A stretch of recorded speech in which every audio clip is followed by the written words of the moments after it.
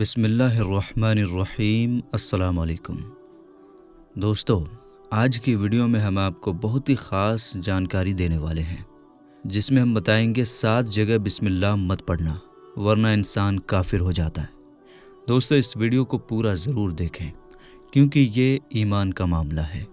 تو ایسی کون سی 7 جگہ ہے جہاں بسم اللہ نہیں پڑھنا چاہیے؟ تو آئیے ویڈیو شروع کرتے ہیں۔ دوستو، قرآن مقدس اللہ کی عظیم کتاب ہے۔ یہ برکت والی کتاب ہے۔ اس کی آیتیں مومنوں کے لیے شفا ہیں۔ اس کے ایک ایک حرف میں 10 نیکیاں اللہ نے مقرر فرمائی ہیں۔ قرآن مقدس دنیا اور آخرت کی پریشانیوں کا علاج ہے۔ قرآن کریم رحمتوں کا خزانہ ہے، لیکن اس عظیم رحمت والے خزانے سے مالا مال ہونا ہو تو پہلے سچے دل سے بسم اللہ پڑھو، پھر اس خزانے کو کھولو اور زیادہ سے زیادہ اللہ کی رحمتوں کو حاصل کرو۔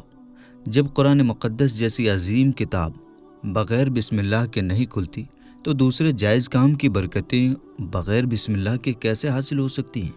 حضرت عثمان بن عفان رضی اللہ تعالی عنہ نے رسول اللہ صلی اللہ تعالی علیہ وسلم سے بسم اللہ کے بارے میں سوال کیا۔ آپ صلی اللہ تعالی علیہ وسلم نے فرمایا، یہ اللہ تعالیٰ کا نام ہے۔ اللہ تعالیٰ کے بڑے ناموں اور اس میں اس قدر نزدیکی ہے جیسے آنکھ کی سیاہی اور سفیدی میں۔ حضرت جابر رضی اللہ تعالی عنہ فرماتے ہیں، جب یہ آیت بسم اللہ اتری، بادل پورب کی طرف چھوٹ گئے، ہوائیں ٹھہر گئیں، سمندر ٹھہر گیا، جانوروں نے کان لگا لیے، شیطانوں پر آسمان سے شعلے گرے، اور پروردگار عالم نے اپنی عزت و جلال کی قسم کھا کر فرمایا کہ جس چیز پر میرا یہ نام لیا جائے گا اس میں ضرور برکت ہوگی۔ ابن مسعود رضی اللہ تعالی عنہ فرماتے ہیں کہ جہنم کے 19 دروگوں سے جو بچنا چاہے وہ بسم اللہ الرحمن الرحیم پڑھے۔ اس کے بھی 19 حروف ہیں، ہر حرف ہر فرشتے سے بچاؤ بن جائے گا۔ اسے ابن عطیہ نے بیان کیا ہے، لیکن کچھ ایسی جگہ ہے جہاں پر بسم اللہ پڑھنا حرام ہے، جائز نہیں ہے۔ ہر انسان جہاں چاہتا ہے پڑھ لیتا ہے۔ کچھ لوگوں کی ایسی عادت بن جاتی ہے کہ وہ ہر کام کرنے سے پہلے ایک دم بسم اللہ پڑھ لیتے ہیں۔ تو کچھ ایسی بھی جگہ ہے جہاں پر بسم اللہ ہمیں نہیں پڑھنا چاہیے۔ جہاں پر بسم اللہ انسان اگر پڑھے گا تو وہ گنہگار ہوگا۔ بسم اللہ کا پڑھنا ایسی جگہ پر، ایسے مقامات پر جائز ہی نہیں ہے۔ اب آپ یہ سمجھ لیجئے کہ کن جگہوں پر بسم اللہ پڑھنا چاہیے اور کن جگہوں پر بسم اللہ نہیں پڑھنا چاہیے۔ میرے دوستو، آپ نے سنا ہوگا کہ ہر کام شروع کرنے سے پہلے بسم اللہ الرحمن الرحیم ضرور پڑھنا چاہیے، کیونکہ بسم اللہ الرحمن الرحیم کا معنی ہے کہ اللہ کے نام سے شروع جو بڑا مہربان نہایت رحم والا ہے۔ یعنی ہم جس کام کو شروع کر رہے ہیں اللہ کے نام سے شروع کر رہے ہیں، تاکہ اللہ تعالی ہمارے اس کام میں برکت عطا فرما دے۔ اور بسم اللہ پڑھنے کے فائدے بھی بہت زیادہ ہوتے ہیں کہ اگر کوئی انسان کسی کام کو بسم اللہ پڑھ کے کرتا ہے تو اللہ تعالیٰ اس کے اس کام میں برکت عطا فرماتا ہے۔ اور یہ سنت بھی ہے۔ حضور پاک صلی اللہ تعالیٰ علیہ وسلم نے بہت ساری جگہوں پر ہمیں بسم اللہ الرحمن الرحیم پڑھنے کی ہدایت فرمائی ہے، اور حضور پاک صلی اللہ تعالیٰ علیہ وسلم نے بسم اللہ الرحمن الرحیم پڑھنے کا حکم دیا ہے۔ اب اگر آپ کوئی بھی نیک کام شروع کر رہے ہیں، اس نیک کام کو شروع کرنے سے پہلے بسم اللہ الرحمن الرحیم اگر آپ پڑھ لیں گے تو آپ کی سنت بھی ادا ہو جائے گی اور آپ کو ثواب بھی ملے گا اور برکتیں بھی آپ کو ملیں گی۔ اگر آپ نے کسی نیک کام شروع کرنے سے پہلے بسم اللہ پڑھ لیا تو پھر انشاءاللہ اس میں آپ کا نقصان نہیں ہوگا۔ اللہ تعالیٰ خود آپ کا مددگار اور ناصر بن جائے گا، کیونکہ آپ نے اپنے کام کو اللہ کے نام سے شروع کیا ہے کہ ہمارا کام تھا کرنا، اور بندہ کرتا کیا ہے اور اس کے بس میں ہوتا ہی کیا ہے۔ بندہ تو صرف ذریعہ اپناتا ہے، اور بندہ کر بھی کیا سکتا ہے؟ بندے کے ذمہ صرف ذریعہ اپنانا ہے۔ جیسے کہ آپ نے کسی کام کو شروع کیا تو کام آپ نے شروع کر لیا، اب اس کام میں کامیابی آپ کو اللہ تعالیٰ دے گا۔ اگر آپ بیمار ہیں، کسی ڈاکٹر کے پاس گئے، ذریعہ اپنایا تو ڈاکٹر آپ کا علاج کرے گا، لیکن شفا آپ کو اللہ تعالیٰ دے گا۔ بس آپ کسی کام کو کرنے سے پہلے ذریعہ اپنائیں کہ ہمیں یہ کام کرنا ہے، باقی اللہ کے ذمے چھوڑ دیں۔ ایک مرتبہ ایک صحابی آئے، آ کر عرض کیا، یا رسول اللہ صلی اللہ تعالی علیہ وسلم، میں پریشان ہوں، ہمارے اونٹ کہیں کھو گئے ہیں۔ تو آپ صلی اللہ تعالیٰ علیہ وسلم نے ان کو یہ بتایا کہ اللہ پہ بھروسہ کرو، اور اللہ پہ بھروسہ ہی اصل چیز ہے۔ یہ بولو کہ میں نے اللہ پر بھروسہ کر لیا، اللہ پاک ہی سارے کام پورے کرنے والا ہے۔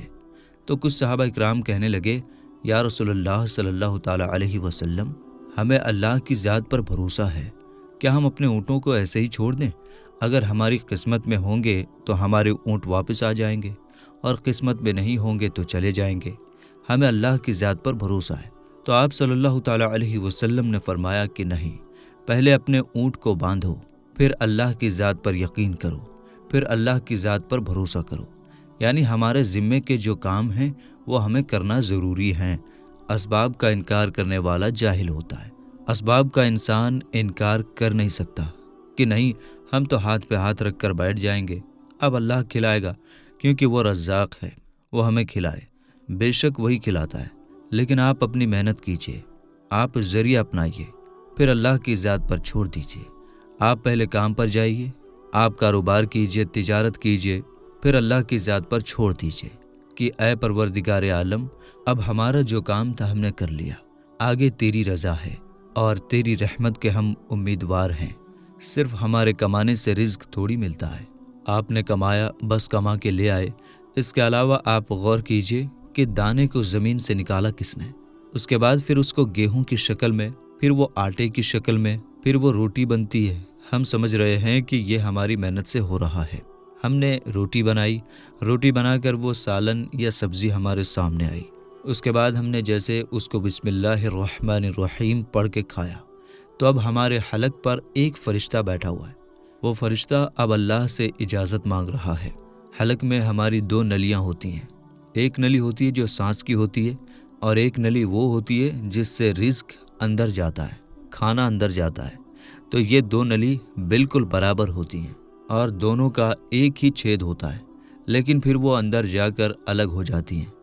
اب آپ یہ سوچ کر دیکھیے کہ فرشتہ یہاں پر بیٹھ کر اللہ سے پوچھتا ہے ہمارے ہر لقمے پر کہ مولا، اس لقمے کو زندگی کا ذریعہ بناؤں یا موت کا ذریعہ بنا دوں؟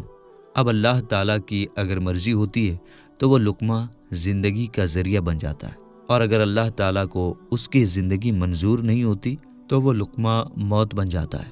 یعنی اگر وہ لقمہ بجائے خوراک والی نلی میں جانے کے اگر وہ سانس کی نلی میں چلا جائے تو پھر انسان ختم ہو جائے گا۔ تو آپ دیکھیے، ہم نے اتنے سارے کام کیے، لیکن فرشتہ یہاں پر بیٹھا ہوا ہے کہ اس نوالے کو، اس لقمے کو کہاں لے جانا ہے۔ تو یہ آپ نے ذریعہ اپنایا، یعنی اس کو ذریعہ اپنانا کہتے ہیں، اور اللہ تعالیٰ پر چھوڑ دیا۔ تو نیک کام ہم شروع کر رہے ہیں، کھانا کھا رہے ہیں تو ہمیں بسم اللہ پڑھنے کی ہدایت دی گئی ہے، لیکن بہت سارے لوگ ایسے ہوتے ہیں کہ کچھ حرام کام کرتے ہیں۔ جیسے مثال کے طور پر اگر کوئی انسان جوا کھیل رہا ہے تو اس میں بسم اللہ کا پڑھنا حرام ہے، کہ اللہ کے نام سے شروع۔ اللہ نے کب کہا تھا کہ آپ جا کر جوا کھیلو؟ اللہ نے کب کہا تھا کہ آپ جا کر شراب بیچو؟ اللہ نے کب کہا تھا کہ آپ جا کر جھوٹ، فریب، مکاری، زناکاری کرو؟ اللہ نے تو کہا ہی نہیں۔ ایک شخص نے بڑی عالیشان منزل بنوائی، بڑا سا گھر بنوایا اور اس پر لکھوایا ھذا من فضل ربی، اور شیطان نیچے بیٹھا رو رہا ہے۔ تو لوگوں نے پوچھا تو کیوں رو رہا ہے؟ تو اس نے کہا کہ دیکھو، میں نے اس سے جھوٹ بلوایا، فراڈ کروایا، ہم نے اس کی بلڈنگ فراڈ کر کے بنوا دی، اس نے لوگوں سے پیسہ لوٹا، یہ کہہ کر کہ میں تم کو حج پر لے جاؤں گا، میں تم کو عمرہ پر لے جاؤں گا۔ ایسے کر کے اس نے فراڈ کیا اور اپنا گھر بنوا دیا، اور اپنے گھر پر لکھ رہا ہے ھذا من فضل ربی، یہ میرے رب کا فضل ہے۔ میرے دوستو، کیا اللہ نے کہا تھا کہ جھوٹ بول کر کمانا؟